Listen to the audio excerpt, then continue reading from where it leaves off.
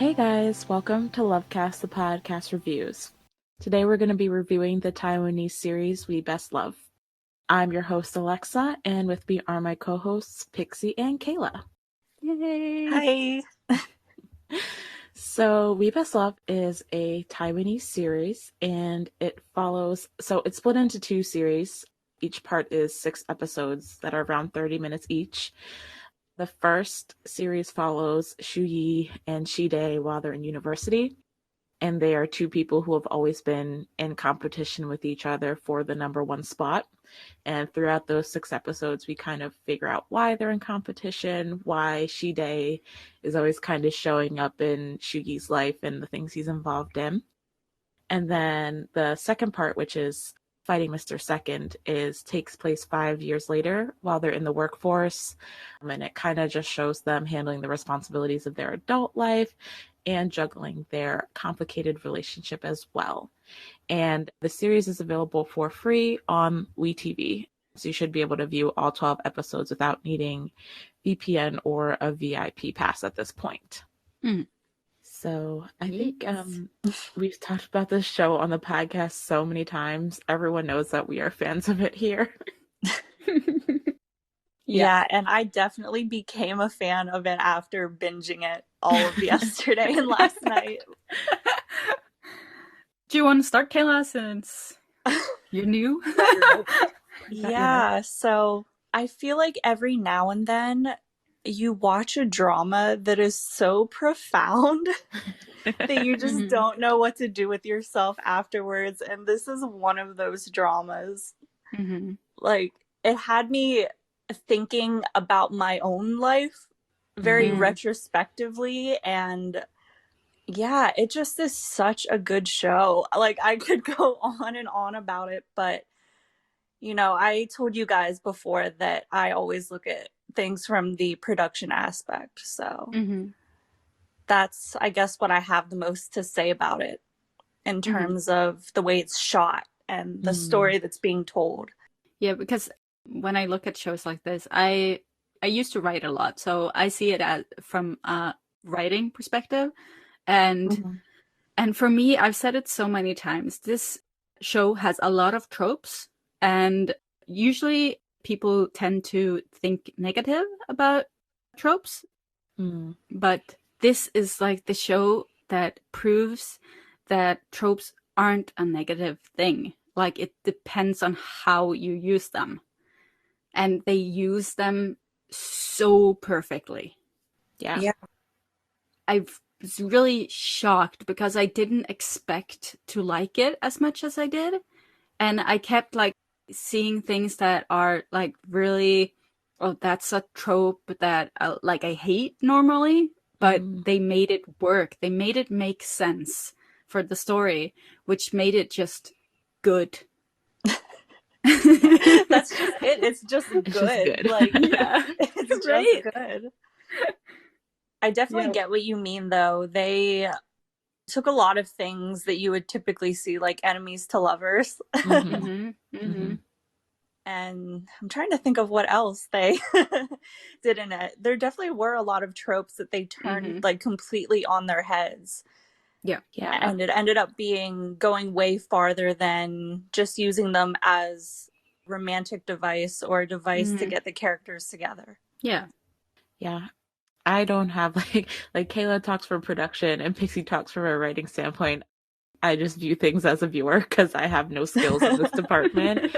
But I think, you know, for a series that was so simple in its plot summary, and for both seasons, really, like, it wasn't anything super profound in terms of what the storyline was. They made it into something really, really amazing. And I think a lot of that has to do with Sam and Yu. Like, their chemistry, just like both on and off screen, like excelled beyond anything I expected going into the series, knowing that it was going to be like shorter, only 6 episodes each season in 30 minutes. You know, a lot of the times when you have a series that's set up that way, it can feel choppy, or like things are rushed, or like things don't get the time to develop that they need. But I feel like we never had too many of those issues here. and everything just felt like it flowed really well, and the story felt cohesive, even though it was really only like 3 hours worth of content in each season. And like it never left me feeling like I was missing something. And I think that says a lot for such a short web drama. Yeah. I wouldn't say that there were any like plot holes or anything that I couldn't understand. So I really liked that. Yeah, the pacing was really well done. I wasn't sure how it was going to go, and I was definitely a little skeptical, but like you said, I think that everything made sense and had its own place in the story, and that you were never wondering what the hell was going on. Yeah. So I asked on Twitter too if any of our followers had anything to say about it, and we did get a response. Yeah. So the Ghost Ship King, or Ariel, said that love it. Sam is a bad kisser though. And the little weirdo who can kick ass from season 2 is just my type. Yeah, I can't argue with that, Ariel. Very much an Ariel comment. It is. But yeah, it's funny. I love it. I agree with what he said. Yeah. Yeah, I know that the kissing part, he means that like the kisses were really sloppy. They weren't like aesthetically pleasing. They were passionate. Yeah, I definitely think that they were trying to convey like passion, built up feelings, especially in, we'll go into more detail, but that one in the second season early on, like I can see where he's coming from. I feel like they kind of just gave them the direction to just like go at it and put everything into it, and that's what we got. So yeah, I can tell. I agree that they were kind of sloppy, but I feel like that was probably purposefully done. Yeah. So where do you guys land on the ladder? I think we all know where, but we should probably say it out loud. I am completely at the top. 5. Yeah. You must watch this. I agree. I am too.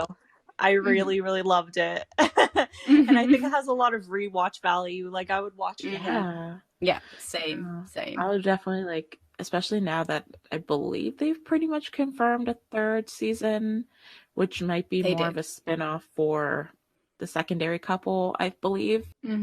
I'll definitely be rewatching seasons 1 and 2 once that comes closer, whenever that may be. But even between then, I know I'll be like rewatching clips and freaking out in the Discord still over it for as long as possible. So yeah, definitely a must watch.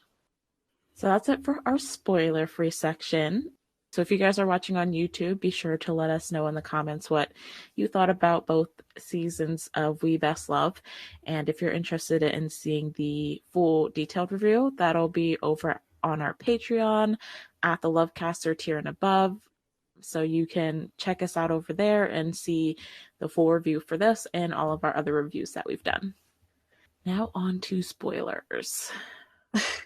Yes. You know, the first thing that it has nothing to do with the story, actually, but it's just the way that Yu uses both Taiwanese and the Japanese when he talks. I love that. I don't know. It feels so natural because he's a half Japanese character and he himself is half Japanese. So it's just perfect. And it's just... Yeah. I didn't even notice it at first. Even though I know it happens like right in the opening scene. I had to like rewatch the scene a couple times to be like, wait, he's being Japanese now. Like it just flowed so well that perfectly you wouldn't have even realized, like you can just tell that that's probably the way he speaks. It's just like switching between the two languages, and it just felt so natural. It was done really well, and I thought it added a lot to his character. Yeah, me too. And I think his character's like aggressiveness that stems from like his insecurities is really well written, because it makes sense why he's so aggressive. Like he goes from being like the super aggressive to super fluffy, and then back to aggressive in the second season. Yeah, but it's his defense mechanism, because he's this super rich kid who's it's like a very typical storyline. The rich kid who's on track to take over his dad's company and feels like he has a lot to prove. And so he's like super guarded because of that. But like, it was done really well. And I like that, you know, he was very hard in the beginning, and then he opened up, and then he got hurt by Shide, and he went back to the very beginning again. And Shide had to work to gain his trust and get back to that vulnerable spot with him all over again. I know people had like clips with the second season about the timeline with things in America, and like they had that special episode which was obviously very confusing on purpose, and I know people had things that they wish, like I saw a lot of people took issue with like the way Shide explained how things happen in America, or I guess more so the fact that what we saw in the series he didn't really explain, but we found in the Discord that there was like a whole scene of him explaining what happened with the emails and the girl that she saw in America and everything like that. So they did explain it. They just took it out of the series, which I'm not really sure why.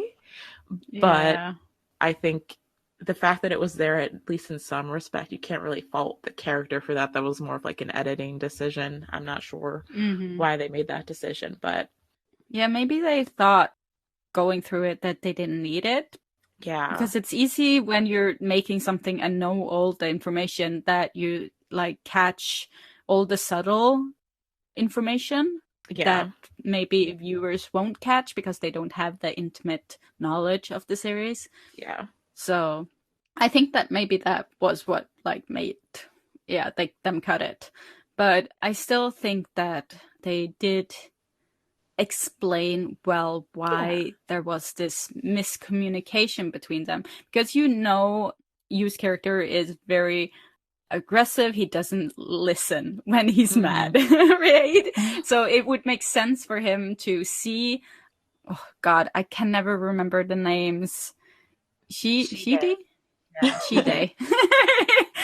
It makes sense for him to see him with the kid and just turn around immediately. And just no like running up to him, or he doesn't like confrontation, right? So he would just leave. That's what he does when he gets angry. He tries to leave.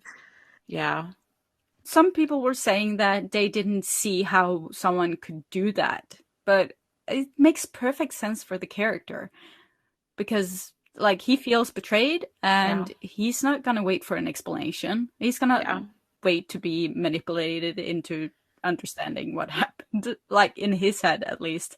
So it was like, you know, Shide had this one shot of gaining his trust, and he did, and Shuyi saw something that he thought was a betrayal of that trust, and so in his mind that was like game over for him. I feel like he didn't feel the need to try and get an explanation or listen to what Shide had to say about it or confront them, because like the trust was betrayed in Shuyi's mind, and that's the end for him. That's how his brain operates. I did like that he stands up for himself though. Even though he might not always be in the right, I just thought it was really interesting how much of a headstrong character he is, and how he waited 5 years to kind of enact his revenge. I thought with the slap. That was very petty. Right? And I liked that. I don't know why, but like the aggression in the first episodes of the second season was just perfect. I love that. I mean, it made sense for the story and the character as well, but I love that, like the tension and like just that, like not treating each other like you're porcelain, right? People have passion, and I really enjoyed that. Going off of what Kayla said about him standing up for himself, I like that when he found out about the whole deal with his dad and the promise about waiting 5 years and improving yourself and stuff like that. I love that he had this line where he was like, but you didn't account for the fact that I would have fought for us too. Like he was like, you just immediately assumed like my dad would have all the control here and power over our relationship, but you didn't even trust that I would put up a fight and stand up for us. And I love that line for his character so much. That was like one of my favorite scenes in the series. Mm-hmm. Do you guys want to talk about any of the side characters? Yeah, we should probably do that. We should probably. I'm also really bad with remembering names. Yeah, I have like them pulled up on my trauma list here. Like, what are people's names? In the second season, mostly, I found myself becoming really attached to the one character who they refer to it as Asperger's syndrome, but I know that the updated term for that is just autism spectrum. Yeah. Yeah, right. Mm-hmm. But I grew so attached to his character, and I just did not think that I would become so invested in his storyline with that school nurse guy. Yeah, right? I loved his character, and I do like that they made sure to specify, because, you know, people were just saying, you know, he's so weird, why does he act like that? And I like that they were like, well, this is someone who's on the autism spectrum, and had the nurse like specifically say that, so it wasn't just like, oh, he's talked off as just like some weird guy, but like there's a reasoning behind his actions and the way he operates, and you may see them as weird, but that is who he is, type thing. It's always nice when shows like explicitly state like characters being autistic, and, you know, you don't just have to read between the lines, which we have to do in a lot of shows.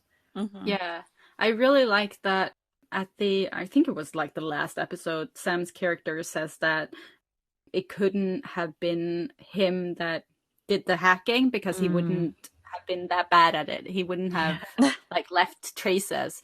And I like that they're acknowledging that even though he's on the spectrum, he is smart. He knows what he's doing. Like, he's not looking down on him for having like or being on the spectrum. Yeah, they never view him as incapable. And just the fact that he works at this very professional company and has a leadership role there should tell you just how smart he is. Yeah. Right. Yeah, their story was very interesting. He definitely, you know, you can tell that they're going to expand on it a lot more in the third season, but I feel like he definitely was a fan favorite coming out of season 2. I kind of felt sad for the other couple, Bing Wei, and I don't know the other guy's name. But I feel like they were in the opening title sequence, and, you know, it really made them seem like they were going to be like main role and have like some sort of storyline. But like they were always just kind of there, and like they sometimes had like one-off lines, and then, you know, there was a proposal, and then that's it. That was what they had. So, you know, I would have liked to see more from them. The proposal felt kind of random just because we didn't see anything from that. But I guess we're meant to assume that their relationship is very close. And I guess they'll explore that in the third part. I hope so. It'd be nice to see. Yeah, they didn't get enough screen time. Yeah. But I do think like their relationship from the beginning was very problematic. Once they got together, they went from like being enemies to lovers, and just stayed like that. Literally. Yeah. At first, in the beginning of the second season, I couldn't even tell if they were actually like dating, because there was that one point where Sam was like, or someone was like, you shouldn't just keep him on the hook like that, or something like that. And I was like, so are they actually dating, or is he still just like leading him on? And I literally did not know until they got engaged at the end of the series, and I was like, okay, I guess they were dating the whole time. I think he was talking about like marriage. I think it was like a foreshadowing for the proposal. Oh, because they were together for over 5 years. Yeah. So yeah, I think it was a foreshadowing for, like, from my perspective in writing and stuff like that, I think that's what they were doing with it. But I think it went really over people's heads, and I can understand why, because it wasn't really obvious. But for me, like, through the whole season, I went into it from the second you see them sitting at the table together in season 1 and eating together and being cozy, I was of the opinion that they were together now. So going into season 2, that was in my head like the whole time. I thought that they were dating. So I wasn't really surprised by the proposal. That makes sense. Yeah, there are probably some things that I missed, some details. Yeah, but like there's probably a lot of things I missed as well. Like you see it from your perspective, and people focus on different things. So it's, especially when you have a show that has a lot of like foreshadowing, like really subtle foreshadowing, and just it's not spoon feeding you the story. Mm-hmm. And that's a really good thing, but it will like go over people's heads at times. But I like that it makes you think, right? You get discussions from it and you're thinking about it, and it creates conversation around it. Yeah, I agree. Any other final thoughts that people have? The only other just comments I have about the series are that I love the narrations and I love the transitions. Right. Yeah. Because I feel like sometimes with narrations, they can be a little too on the nose.